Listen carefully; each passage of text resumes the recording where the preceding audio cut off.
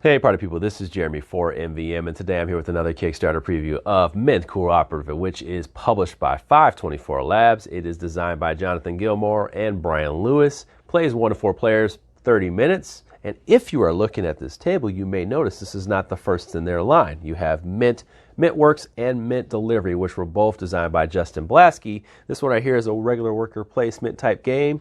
Wonderful filler. Pickup and delivery game, wonderful filler, bigger 10, more ambitious, and now we're here with Mint Cooperative, and this is a prototype. But this game right here is a cooperative experience where players are superheroes, super minty fresh heroes, trying to keep Mintopia fresh from nicotine and gingivitis and Gorlick, these evil villains who are trying to pollute or stank up the place in different towns across this board that you make up. The cool part about these games overall is that they have these nice little mint things that look like Altoids, and you place them to do certain actions on the board. You're going to see a lot of that today. But what I want to do is make sure you make an informed decision, so I'm going to go through it in thorough detail. Hopefully that helps you out. Let's go ahead and get to the boards and find out what this game has to offer. All right, we are somewhat set up here for a game, a 3-player game or a 1-player game of Mint Cooperative. Now, in a 1-player game, you'd have to play as all 3 characters. Of course, in a 3-player game, you would get 1 apiece. 2-player game, you would have 2 characters each. Or 4-player game, of course, you would have your own characters. You take the color, take the ability, and these are all different, and you would place them on the matching town cards or Mintopia City card. These are the mints. The red ones are actually used for events and where to place them on the cards with this little toxic sign there. And then you also have the white mints, which definitely look like Altoids and things like that. You probably don't want to eat any sweet tarts or anything like that, or actually have Altoids on the side while you're playing this game. Moving down. So you have your little action card. When you roll your dice, this will tell you how to evaluate them.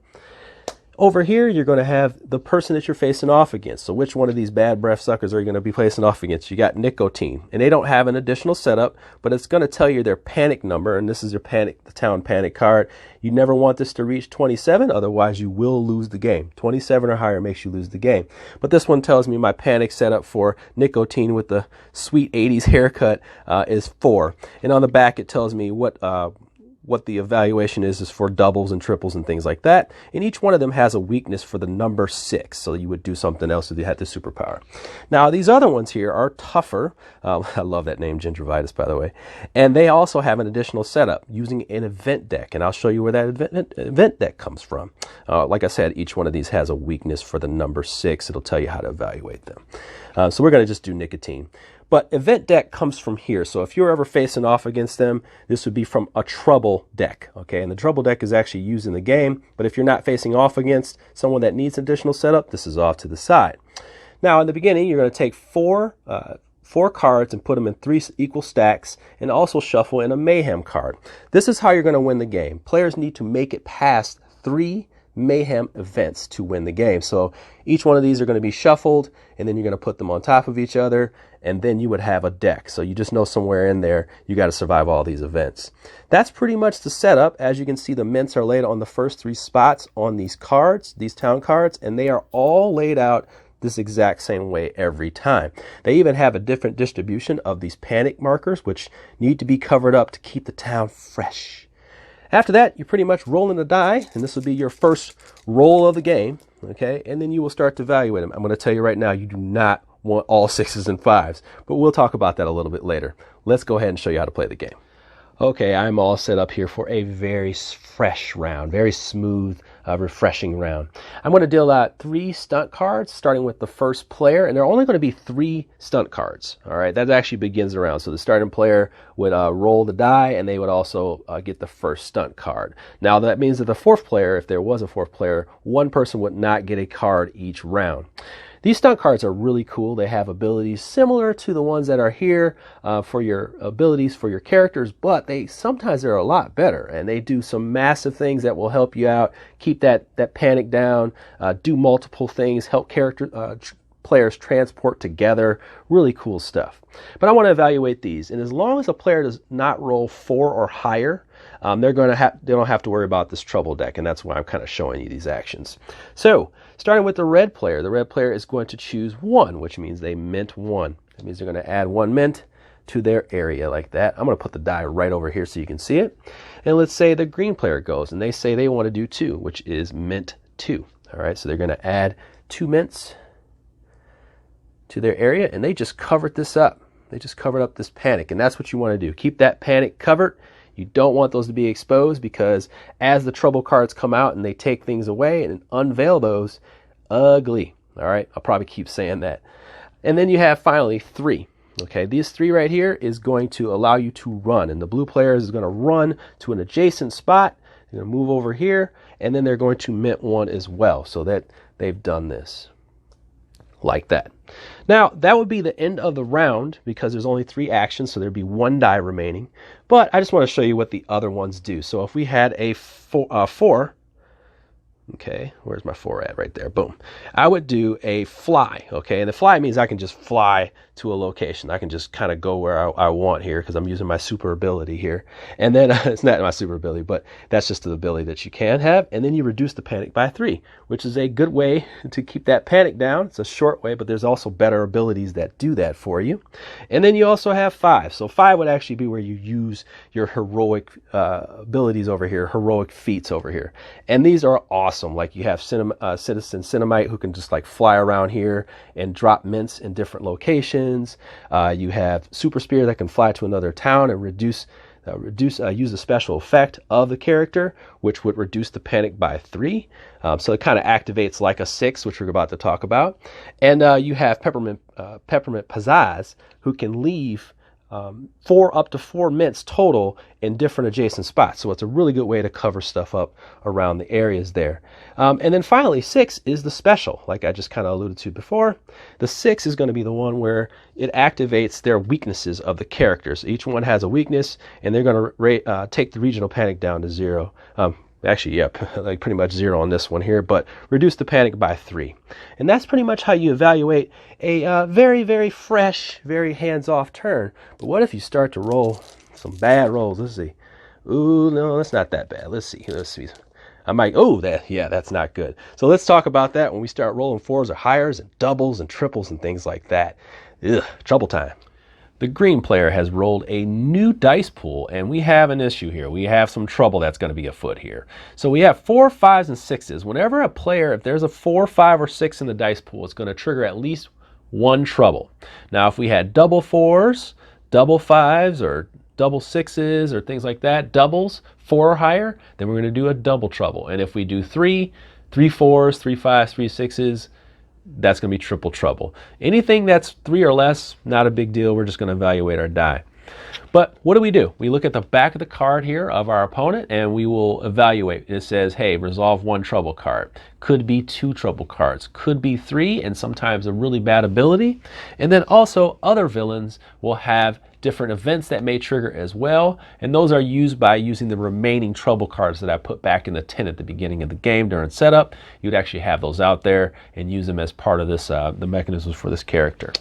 All right, but I only have 1 double trouble. As you can see, even though I have all of these, I'm only going to trigger 1. By the way, that was a 5. I do not want to deal with a double trouble right now. All right, so here we go. We will take one of the cards, we flip it over, and we will go to that card and we'll remove the mints from there.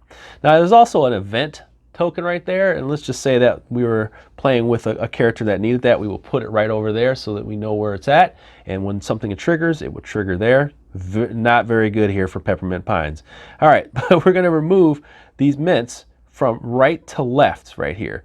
And if there are no mints on here, or at least one of these was exposed, which both conditions happen, guess what? The panic track is going to go up. 1, 2, 3, and 4 because it's exposed. So let's even say if it was just 2 like that, and the first one I removed exposed this hazard, right, this panic right here, it would actually evaluate this one and this one, okay? But that didn't happen. Something worse happened. So now here we are. We're going to take 1, 2, 3, and 4, and that's not good. That's going to get us to 8. Yeah, these gets real tight real quick, and it's similar to Pandemic where it just gets real bad. Now, I'm going to put this on the side here, but let's just say mayhem ensued. Of course, I set this up, sorry. But let's say mayhem happened. So this is the worst possible situation. But remember, if we get through 3 of these events, which we want to, we win the game, and that's how we stay alive. But this is how destructive mayhem can get. What we will first do is count up all the ones that are these panic symbols that are revealed. 1, 2, That's 4, so that's 6, 7, 8, 9, and we would add those. That's going to get us to 17. And if there is a specific thing that happens, it will tell us. And it's usually in this area right here. There's nothing here on this one. Let's see, there's nothing here on this one, on Grolik. But there is for Gingivitis, who is the hardest, and she's going to steal one of our characters. She's going to capture one of our characters. So, and that's usually based on where you see that that token at the time. So it just kind of a really, really interesting thing that applies a lot of pressure, and you cannot let this get over 27 or higher. You will lose the game. But that's basically it. You're going to be, you'll take your turns, you'll use your abilities if you can, try to get those heroic feats going. Otherwise, you want to make sure you're using those 3 4s and 5s for your stun abilities, because these are some really cool ones. You really got some awesome abilities going on between these two here. And then also, you're going to be dealing with a lot of trouble, and it's going to get very close to that 27 every time, and you got to make some serious cooperative decisions in Mint Cooperative. But let's get to the details of some of these characters and see who you're up against, and also a little bit more about the heroes that you choose.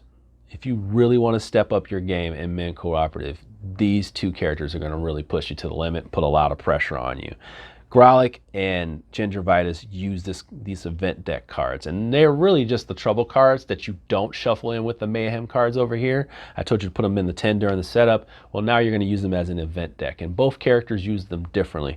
Starting with Growlithe. Growlithe actually has you draw 2 event cards out of here initially, and what that does is it starts to spread these event tokens across there. What does he do with those event tokens? Now, when you roll doubles, you will trigger one of the event cards, and it actually tells you what to do when the event card is rolled out, and how those symbols work. So for each one of these tokens where they are, let's say you happen to remove one of these and you have to evaluate the panic right there, you would add 1, 2, and a bonus 1 because this is there.